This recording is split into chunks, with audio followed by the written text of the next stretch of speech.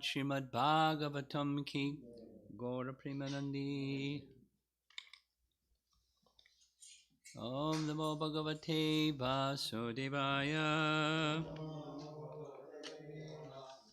Om Namo Bhagavate Vasudevaya. Om Namo Bhagavate Vasudevaya.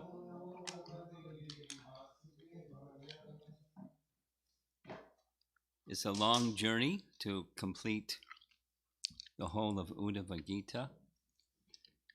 And for that reason, we'll cover a few verses at a time, whenever possible.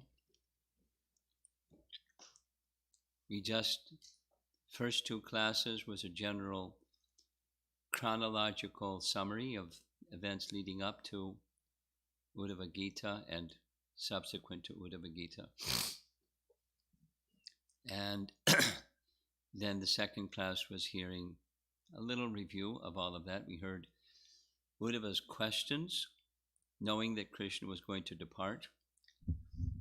And who can remember, anybody in the room can remember, what was the force or thrust or essence of Uddhava's inquiry to Krishna? There were two. One was, take me with you. And the other? Who can remember?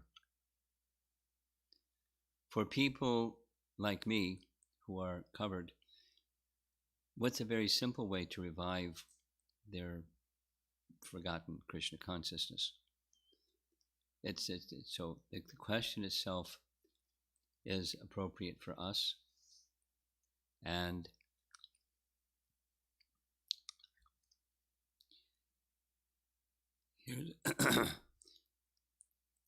here's a section from that verse. The personality of Godhead is the reservoir and root of all existence, and the material world is just a dim reflection of the brilliant scenery of his eternal spiritual abode, where everything is infinitely beautiful and pleasurable. Vishnu is the supreme reality, and no living entity can ever be equal to or greater than him. That's not the verse, that's from commentary. So, detachment from the temporary and attachment to the eternal. In short, nasate vijite bhavo, nabhavo vijite sataha, from Bhagavad Gita.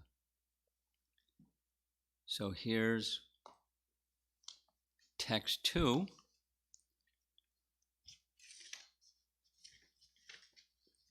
The translation, BBT translation.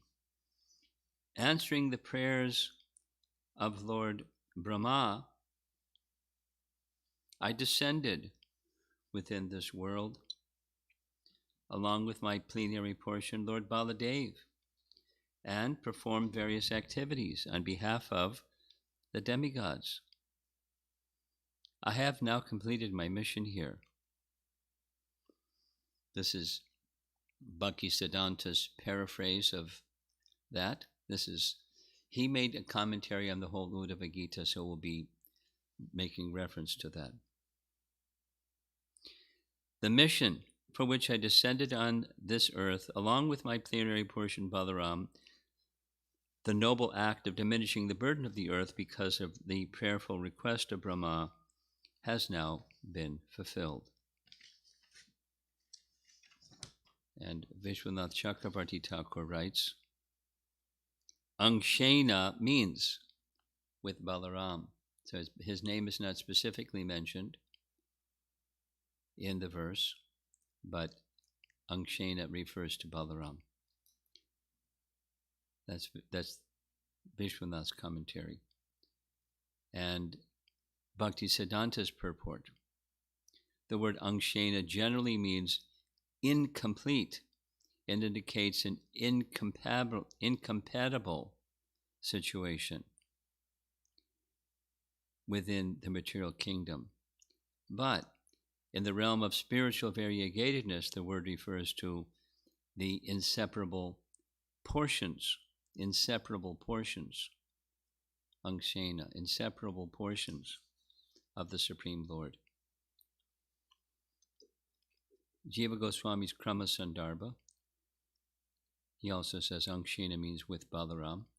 Answering the prayer of Brahma, I descended within this world along with my portion Baladev and performed various activities on behalf of the Devatas. I've now completed my mission here. So that's clear.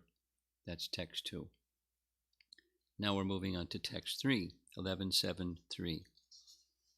BBT translation reads, now, due to the Brahmana's curse of the Yadu dynasty, the Brahmana's curse will certainly perish.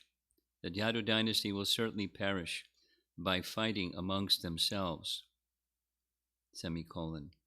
And on the 7th day from today, the ocean will rise up and inundate this city of Dwarka.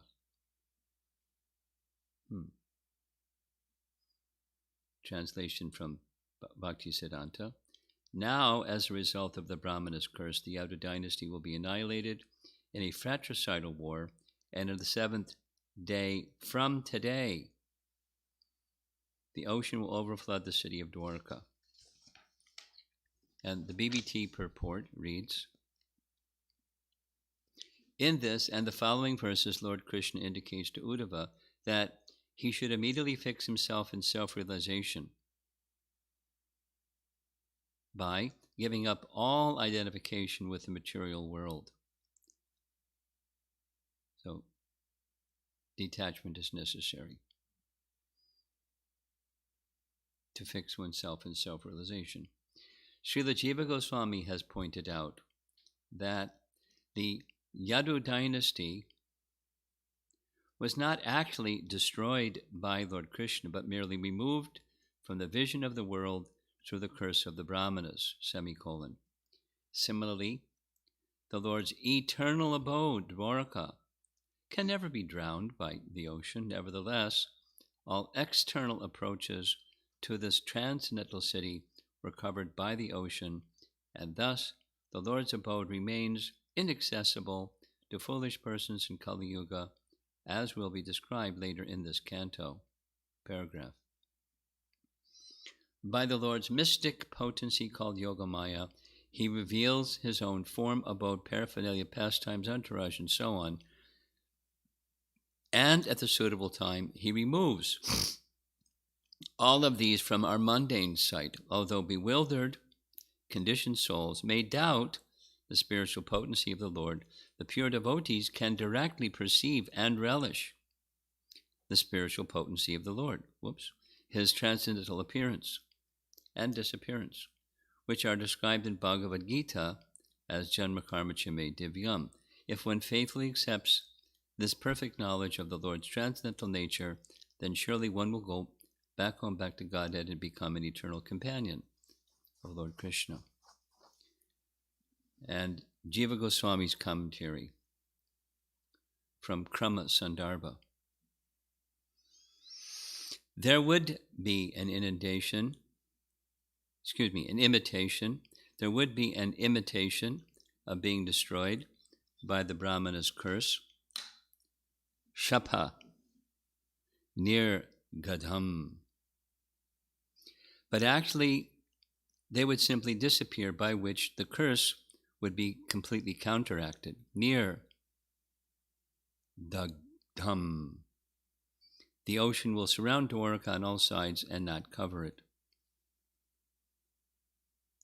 And he refers to chapter 31 within Uddhava Gita, which reads, as soon as Dwarka was abandoned by the Supreme Lord, the ocean flooded it on all sides, O king, sparing only his palace.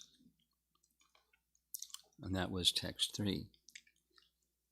So compliments of Shruti Mangra, we have a nice image here on the screen. Lord Krishna indicates to Uddhava that he should immediately fix himself in self-realization by giving up all identification with the material world. Of course, that's an essence message from Bhagavad Gita as well, isn't it? So where we find Krishna speaking to Arjuna and Krishna speaking to Uddhava have lots of similarity. And the Uddhava discussion is more detailed, but the principles don't change. So giving up identification with the material world, moving towards self-realization, and the indication is the whole show is going to wind up. I'm going to depart, and so for your own protection, please do these two things. Now we're going on to text 4. We'll go back to this one here. Translation, BBT 1174. Oh, saintly Uddhava, in the near future I will abandon this earth, not just Dwarka. Then, being overwhelmed by the age of Kali, the earth will be bereft of piety. And there's quite a long BBT purport. Lord Krishna's plan was to bring Uddhava back to his own eternal abode after a brief delay. Because of Uddhava's extraordinary spiritual qualities, the Lord wanted to engage him in propagating his message among other saintly persons who were not yet advanced to the stage of pure devotional service. That was in the previous chapter 6. He was considering Uddhava should give his association to the associates of Narayan in Badrikashram.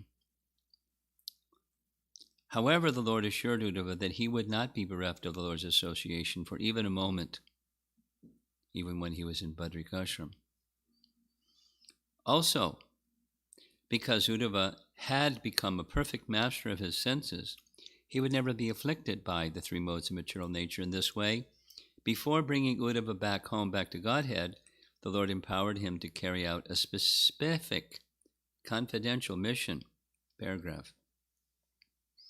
Wherever the supreme position of the personality of Godhead is not recognized, useless mental speculation becomes very prominent, and the safe and sure path of hearing perfect Vedic knowledge becomes covered by the chaos of mental concoction. At the present time, especially in the Western countries, literally millions of books are being published on hundreds and thousands of subjects, semicolon. Yet, despite this proliferation of mental concoction, people remain totally in ignorance about the most fundamental issues of human life, namely, who am I, where have I come from, where am I going, what is my soul, what is God? Paragraph. The personality Godhead, Lord Sri Krishna, is the reservoir of innumerable enchanting pastimes, and thus he is the source of innumerable varieties of pleasure. In fact, he is the ocean of eternal pleasure. When the eternal soul is bereft of the constitutional pleasures that come from the loving service of the Lord, he is overwhelmed and bewildered by material nature. He helplessly chases after material sense gratification, thinking that one material object is good and another bad, and constantly changes his assessment of what is good and what is bad. Thus he derives no peace or pleasure, is in constant anxiety, and is repeatedly thrashed by the cruel laws of nature in the form of birth, death, old age, and disease. Paragraph. In this way, the conditioned soul becomes a fit candidate to take birth in Kali Yuga, which is the epitome of misfortune. In Kali Yuga, the living entities who are already suffering so many tribulations mercilessly turn against one another. Human society in Kali Yuga becomes savagely violent, and men open slaughterhouses to butcher hundreds of millions of innocent creatures. Large-scale wars are declared, and millions of human beings, even women and children, are quickly annihilated. Paragraph. Unless the living entity recognizes the authority of the Supreme Personality of Godhead, he remains a helpless victim in the clutches of Maya, or material illusion. He concocts different solutions to release himself from Maya, but these solutions are themselves creations of Maya, and thus cannot possibly release the conditioned soul. In fact, they only intensify his distress In the next verse, Lord Krishna specifically warns Uddhava to avoid Kali Yuga and go back home, back to Godhead. Those of us who have already taken birth in Kali Yuga should also heed this advice and immediately take all necessary steps to go back to the Lord's eternal abode for a blissful life of perfect knowledge. The material world is never a happy place, especially during the fearful days of Kali Yuga. And we have just 2 purports to read, or commentaries. Bhaktisiddhanta start, short. Simply by the advent of Krishna, the entire world became filled with all kinds of auspiciousness. Wherever there is no existence of the Supreme Lord, the path of argument is prominent, and the path of disciplic succession is attacked. Sri Krishna, who enjoys variegated spiritual pastimes, is an ocean of nectarian mellows. Wherever a relationship with Krishna is absent,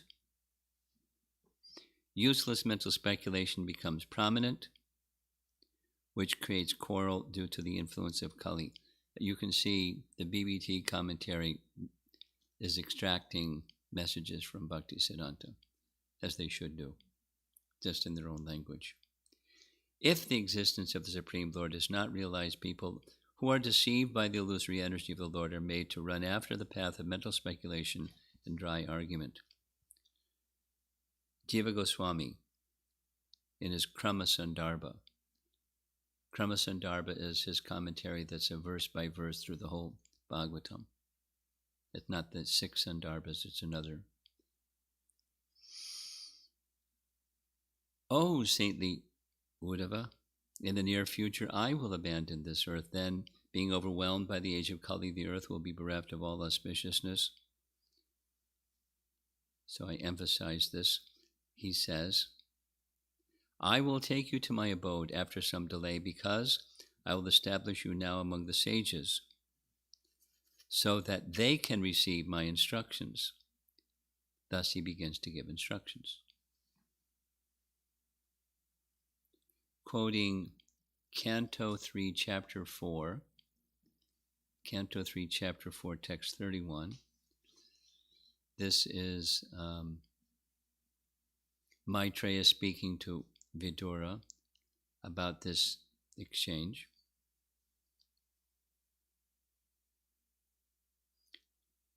Krishna speaking, Uddhava is not less than me because he is the master of Maya, and not at all lacking in any spiritual quality.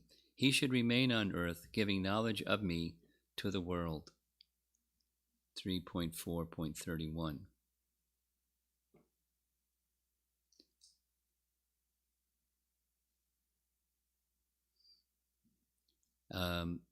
Going back a few verses, 2 verses, text 29, 3.4.29, Shukadeva Goswami replied, My dear king, the cursing of the Brahmanas was only a plea, but the actual fact was the supreme desire of the Lord. He wanted to disappear from the face of the earth after dispatching his excessively numerous family members. He thought to himself as follows, 3.4.31, Uddhava is not inferior to me in any way, because he is never affected by the modes of material nature. Therefore, he may remain in this world in order to disseminate specific knowledge of the personality of Godhead. That's 29 and 31 from the BBT. And Jiva Goswami is saying 31. I'll read it again. Uddhava is not less than me because he is master of Maya and not at all lacking in any spiritual quality. He should remain on this earth, giving knowledge of me to the world. So Krishna has his plan,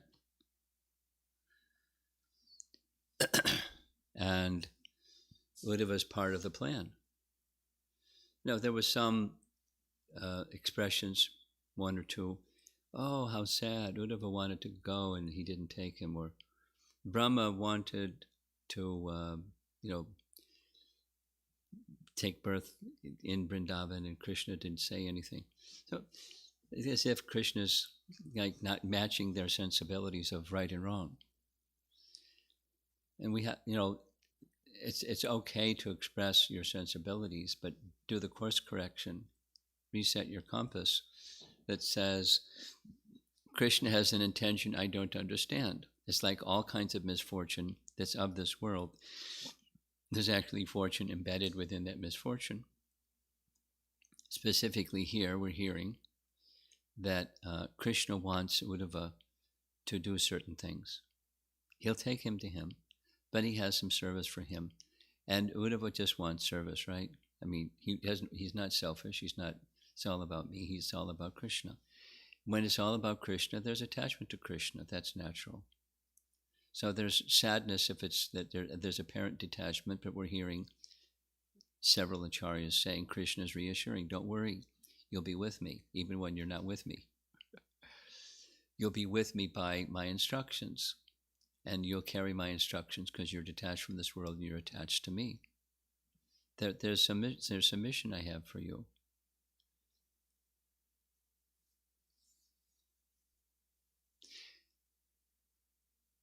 And Krishna can do this. Krishna does do this with his intimate associates. One of the celebrated ones was Krishna leaving Puri to go to Vrindavan. Gadadhar Pandit being so attached to Krishna that he followed him. Even Krishna, Lord Chaitanya ordered him to stay. He followed. He said, don't worry, I won't follow. I'll go a separate path. He couldn't bear separation. And then Lord Chaitanya went back to Puri saying, I couldn't leave without permission from Gadadhar Pandit. Gadadhar, please give your permission so I can go. These are loving exchanges that are not cause and effect kinds of, or morality, worldly morality, right and wrong kinds of things. We are obliged in the pravriti nirvriti, or what is to be done, what is not to be done.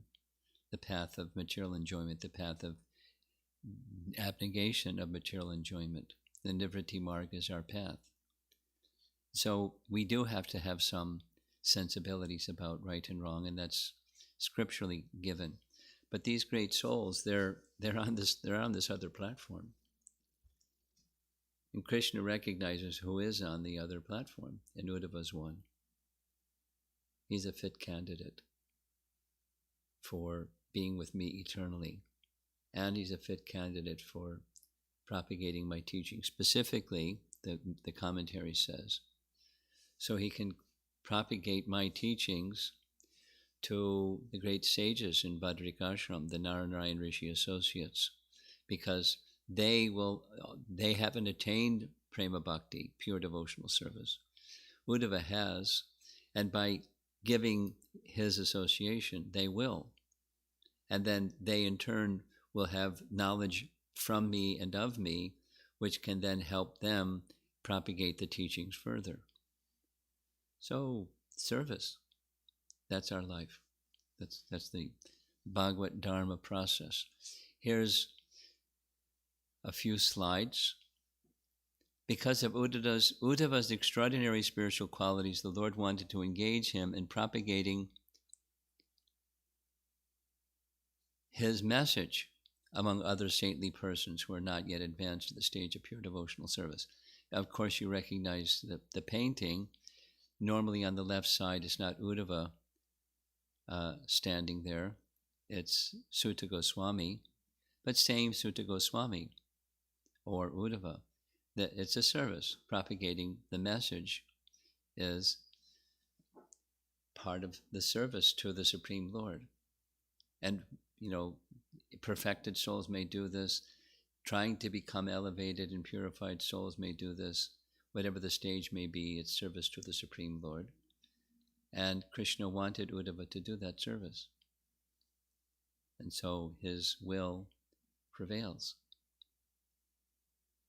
Although that made Uddhava sad, he couldn't go with him. He asked, take me with you. He wasn't taken with him. And we're given the understanding why. Another interesting graphic here.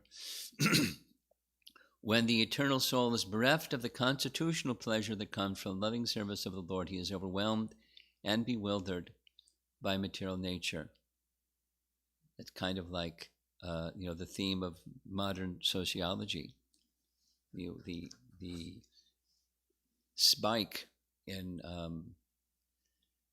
negative emotions and all the language that goes with out of control situation where people are unable to maintain equilibrium, chronic depression, and so forth. And the picture doesn't look nice. So what about those people? And Krishna cares about those people. And devotees of the Lord care about those people, although the audience is a tough audience to deal with because they're stuck. But that doesn't mean we don't extend. We do extend. And we at least give them a rope to connect with Krishna. They can say yes or no, let me think about it. But the Bhagavata's message is the medicine. And so we want to help people. The Bhagavatam wants to help people. Krishna wants to help people become free from that overwhelming, bewildered position. And the last image, next to the last image, he helplessly chases after material sense gratification, thinking that one material object is good and another is bad, and constantly changes his assessment of what is good and what is bad. Notice on the tree, there's one apple, the fruit of happiness, and making intense endeavor to reach that fruit of representing happiness, but it's not real happiness. Not knowing. So, pravrittim cha, nivrittim cha. They don't know. Not te vidu.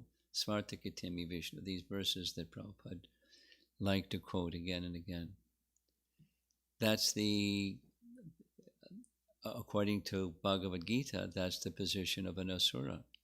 And can asuras become daivas? Yes, but they require this knowledge, this association, just to get their bearings redirected. At least give the opportunity for that. That's the Supreme Lord to Uddhava. And here's the last image for this morning. Unless the living entity recognizes the authority of the personality of Godhead, he remains a helpless victim in the clutches of Maya or material illusion. He concocts different solutions to release himself from Maya, but these solutions are themselves creations of Maya, and thus cannot possibly release the conditioned soul. In fact, they only intensify his distress. Great image, huh?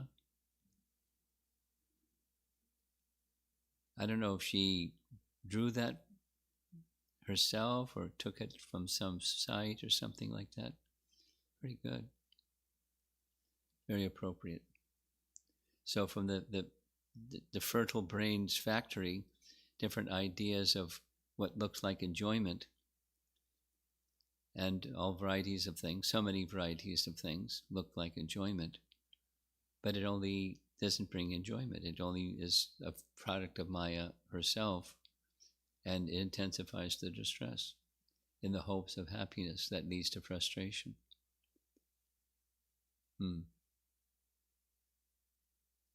It's material disease. So the format of where this discussion is going is very clear. It gets more involved as we go further, but so it's important to get the foundation of the whole chapter that's being laid out here. See if there's some discussion. 8:05.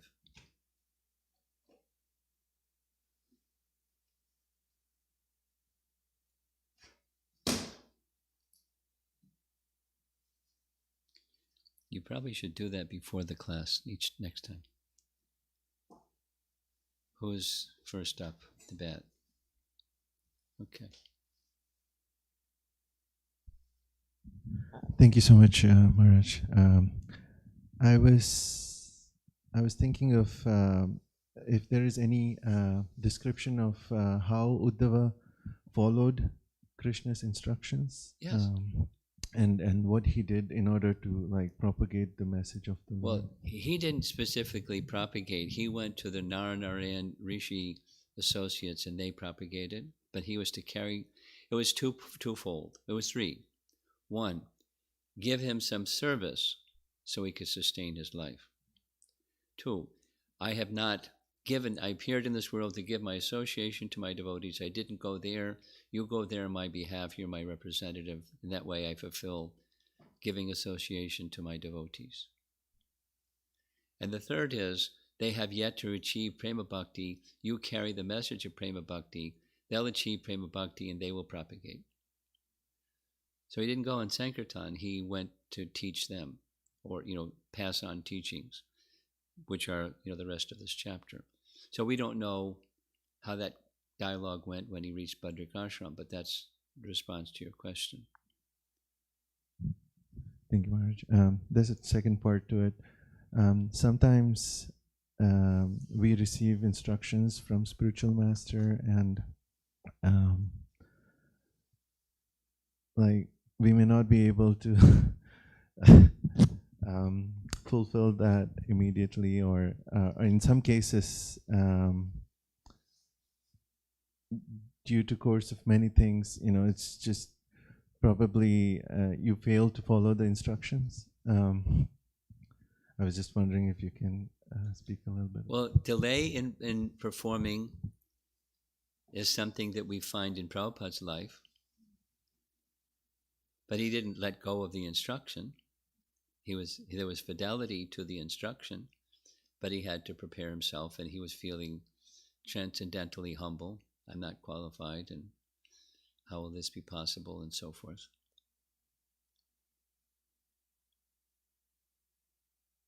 But he pursued. And so the second part, whether actually managing to manifest in the world of action some instruction or not, meaning the anat is you continue to hold that instruction dear to you and you prepare yourself and make efforts, then that's what's wanted. Complacency is not wanted, or forgetfulness is not wanted. So, but it's not easy. So you continue in our lives, brahmacharis, sannyasis, householders, and the invisible vanaprastha people live that way. Their instructions and fulfill those instructions.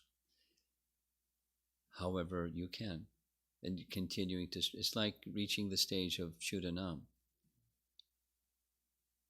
Become free from offenses. Well, that's a lifetime's work, or at least an extended. So, but we don't give up the effort. If you give up the effort, then you're going backwards. That's how we process and continue and continue and continue. Okay. Someone else?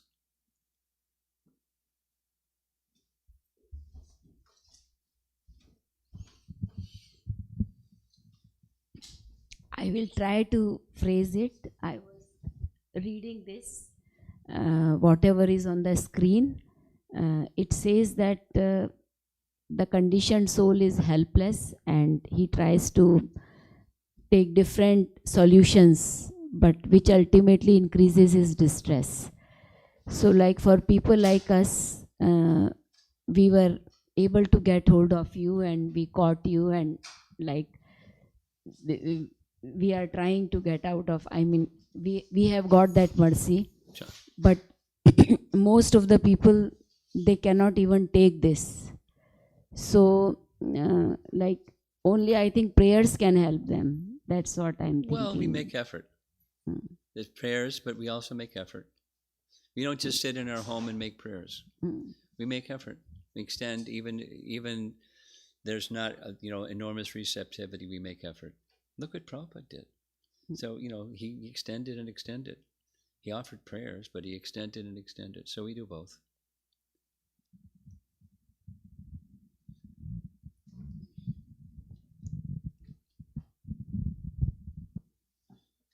Looks like we're ready for online. Okay. From Uttama Bhakta Prabhu, we often read and hear that for a pure devotee, it doesn't matter Kali or Satya Yuga. Doesn't matter what? Kali Yuga or Satya Yuga, or hell or heaven. Is Lord Krishna speaking to Uddhava for us? Even for us, if pure devotion is the highest goal, why not think in that direction from the beginning?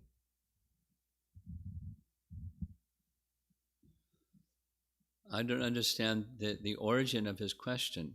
I don't see that Krishna is advising Arjuna other than what you just said. Do you understand how he's the origin of his question? Guru Maharaj, I think here Krishna says that Kali Yuga is approaching and it is going to be bad, so better move on. So I think that is where the basis of his question is coming from.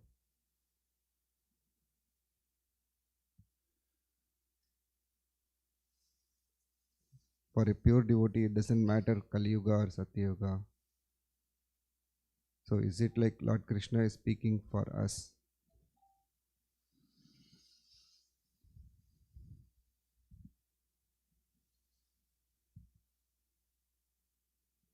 And then he continues, if pure devotion is the highest goal, why not think in that direction from the beginning? Meaning, I think it is from Satya Yuga, get rid of this world and pure devotion is the highest goal. Is what my understanding.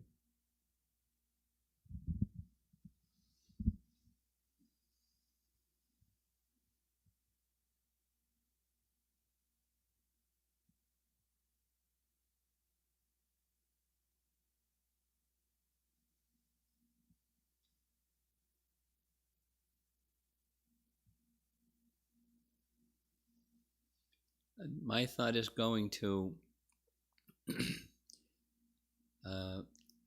a preceptor,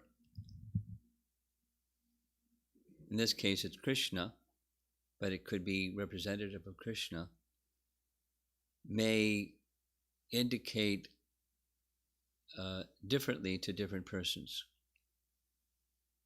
It doesn't change, the end result is love of God. I'm thinking of the example of Prabhupada gave sannyasa initiation to two devotees in Vrindavan, so many years ago. One devotee was thinking, yay, now I don't have to manage. And Prabhupada's instruction to him is, no, you manage with detachment. And then another devotee Prabhupada's instruction was, you should leave immediately, go out and preach.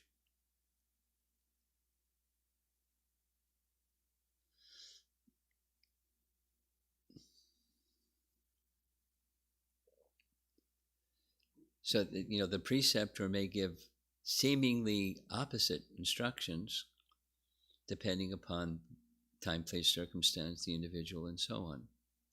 So you can take it that Krishna is speaking for us. That's one way to look at, Kali Yuga is going to get really bad, so finish up your business and come back to Godhead. And it can be that he was speaking in a particular way because he had a vision of what he wanted Uddhava to do.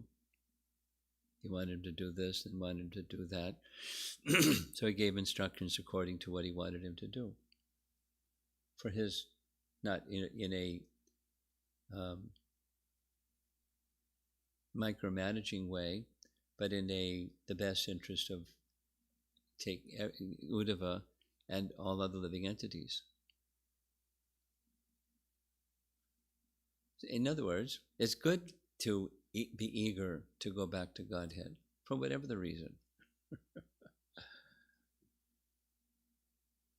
So Uddhava is not an attached person. That's already been established.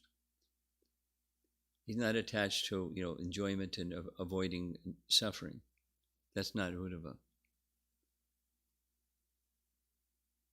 So he's speaking in a way that's giving an indication what he wants. That's how I take it. It's a personal, customized instruction for Uddhava. And you can take it as a general instruction for us.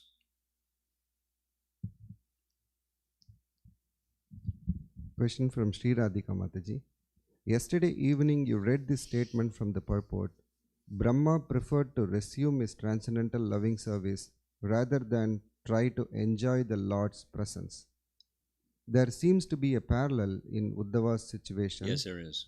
Where his service is in separation from dear Lord. Yes. This service in separation seems to be a recurring training on our journey to Krishna. It depends. It can be, it depends. Do devotees in Goloka Vrindavan in the eternal association of Krishna also serve with the intensity of this emotion? Yeah. But it comes out differently, but the intensity of that emotion is the same. Yeah. Something else? One more. Question from Amara Mataji. While trying to engage someone in chanting, what will help the most to bring consistency in chanting for them? Depends on the person what will help the most. She mentions the dreadfulness of Kali Yuga or taste of chanting, which is very far. And etc. You get to know the person and find out what helps the person, and that's what is to be encouraged. Anything further? Okay. Srila Prabhupada.